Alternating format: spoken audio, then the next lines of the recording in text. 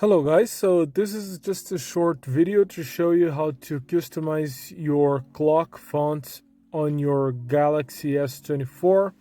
So what you want to do is to go to the settings app, and once you're here, find wallpaper and style, and then if you tap on your lock screen and your clock, you can use some of the preset fonts, and if you want to add a external font, just tap the three dots here, and then you'll be given this option to download fonts.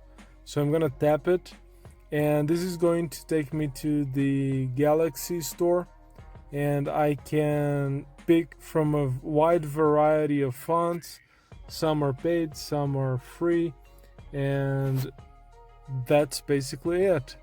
Thank you for watching the video. Make sure you leave it a thumbs up, subscribe, and I see you in the next one.